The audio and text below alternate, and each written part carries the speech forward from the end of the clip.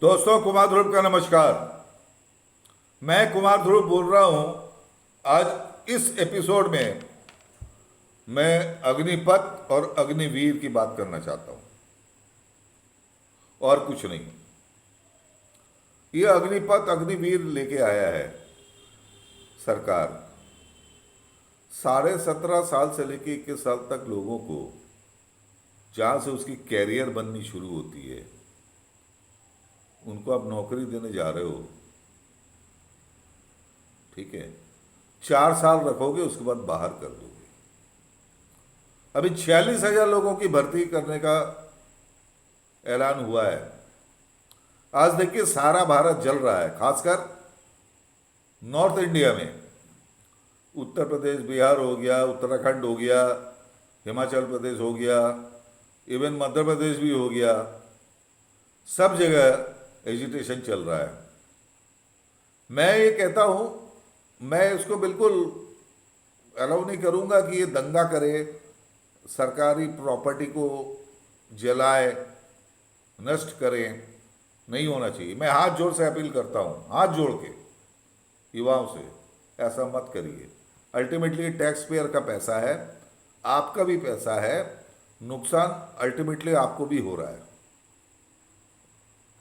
बस बात यह है कि 4 साल वो नौकरी करेंगे।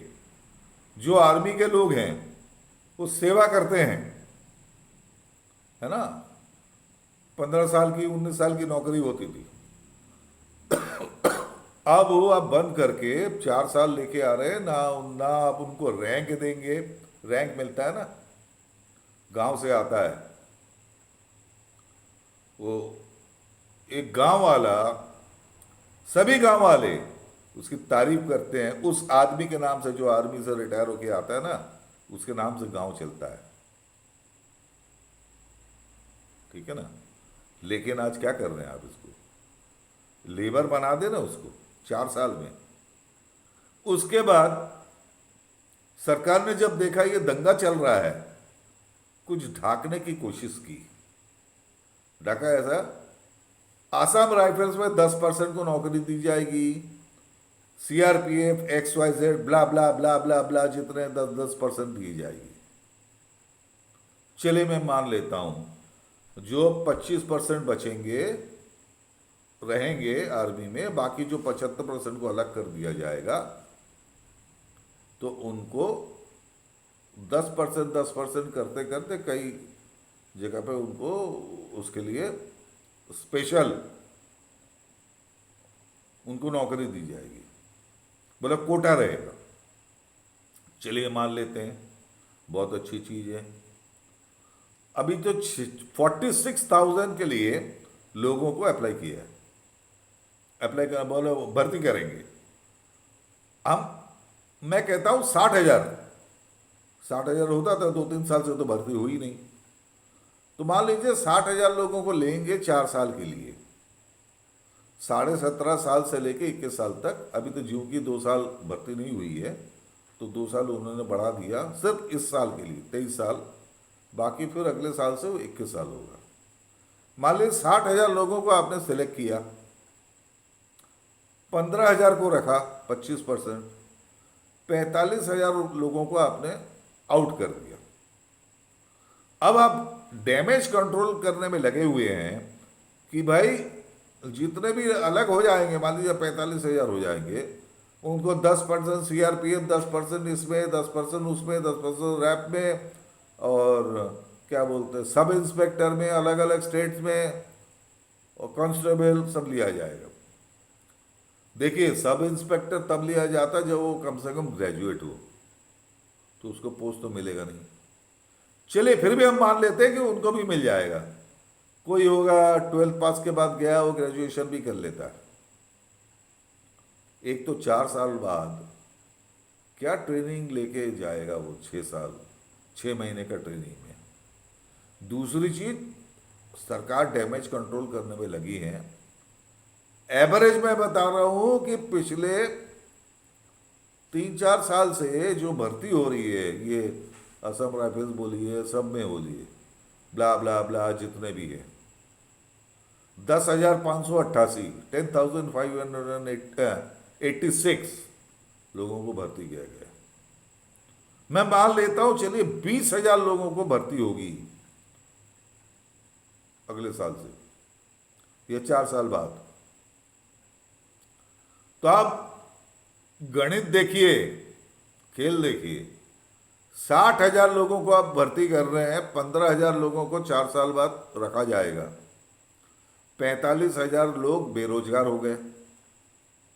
उसके बाद 45,000 लोग जो बेरोजगार हो गए, ना पेंशन मिलेगा ना कुछ मिलेगा, 11,70,000 रुपये उनको बस मिलेगा, हाथ में थमा दिया जाएगा। आज से 4 साल 5 साल बाद 11,70,000 रुपये में क्या होगा? बुरे लोन देंगे और भी कर्ज उनके सर पे फोड़ दिया जाएगा। ठीक है। अब बोले 10% डैमेज कंट्रोल करते हुए बीजेपी गवर्नमेंट ने ये कहा कि 10% इसमें लिया जाएगा। ऑन एन एवरेज 10,586 लोगों को लिया जा रहा है। हम कहते हैं हर साल 20,000 लोगों को लिया जाएगा। तो 20,000 का 10% कितना होता है? Just try to understand the arithmetic. और ये जो जुमलाबाजी है इसको थोड़ा सुनिएगा,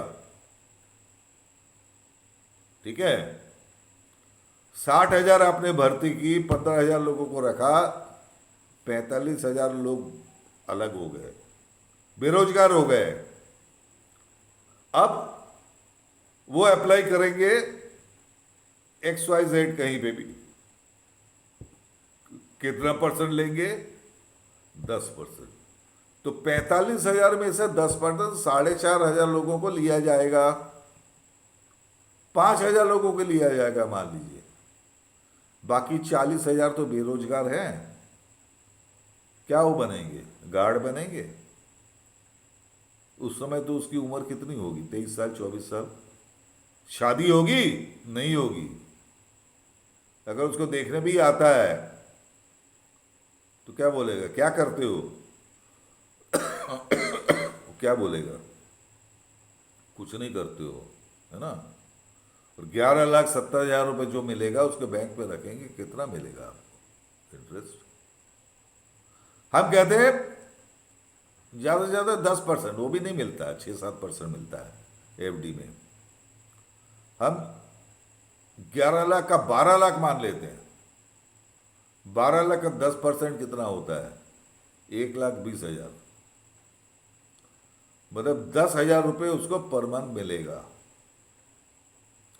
हाँ, ये भी बात है, उसका जो 11,76,000 रुपये जो मिल रहा है उसमें से उसका भी अपना पैसा कटा है। 30,000 रुपये तनख्वाह दे रहे हैं, जिसमें से 9,000 रुपये सरकार दे रही है, 9,000 रुपये उसके खाते से काटा जा रहा है। तो उस बेचारे को नौकरी करते करते कितना मिला? 21,000 रुपये। उसके कुछ पर्सनल खर्चे भी हैं, है ना। ठीक है, उसको रहना खाना फ्री होता है, पर्सनल खर्चे तो होते हैं। घर में भी भेजेगा। आजकल तो 5-7 हज़ार रुपये में कुछ होता नहीं, कम से कम 10,000 रुपये भेजेगा, 15,000 रुपये भेजेगा। बचा कितना है उसके पास? क्या खाएगा, क्या बचाएगा? तो मेरे दोस्तों, इसीलिए हल्ला हो रहा है, लेकिन मैं फिर से हाथ जोड़ के रिक्वेस्ट करता हूं कि ये सब मत करिए। कि मेरा ये कहना है कि जो आर्मी में जाना चाहता है वो कभी सरकारी संपत्ति को नष्ट नहीं करना चाहता है। कोई रेल का बोगी नहीं जलाता है, कोई किसी का भी ट्रक, कोई भी बस नहीं जलाता है। तो ये मत करिए। हाँ, एजुटेशन करिए गांधी जी की तरह, पीसफुली करिए, ऐसा मत करिए। आज एक चैनल में बताया गया कि वो सारंगी मैडम आई थी, वो XIAS हैं। चैनल के एंकर ने जब कहा कि मैडम एक बात बताइए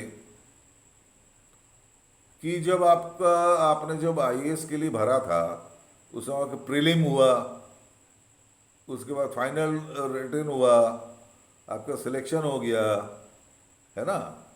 उसके बाद जब सिलेक्शन के टाइम पे इंटरव्यू में बोला गया कि आपको तो ये मालूम है कि 58 या 60 ईयर्स तक आपकी नौकरी रहेगी, पेंशन मिलेगा, सब कुछ होगा।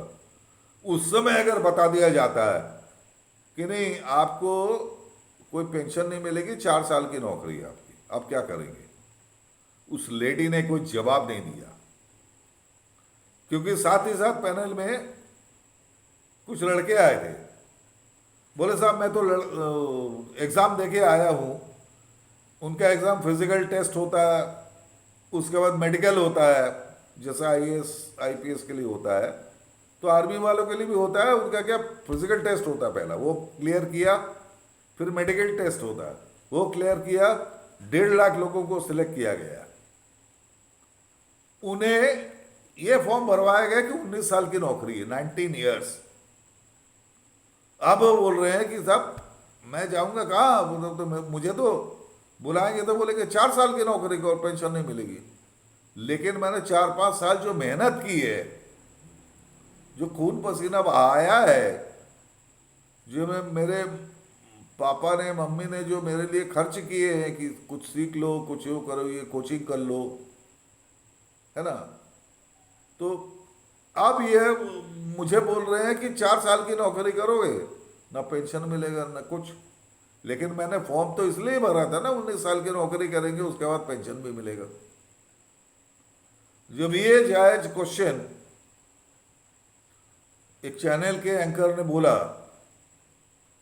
इसी मिसेस सारंगी मैडम को, जो उड़ीसा से मेंबर ऑफ पार्लियामेंट है, उन्होंने कंडी काट के जवाब ही नहीं दिया।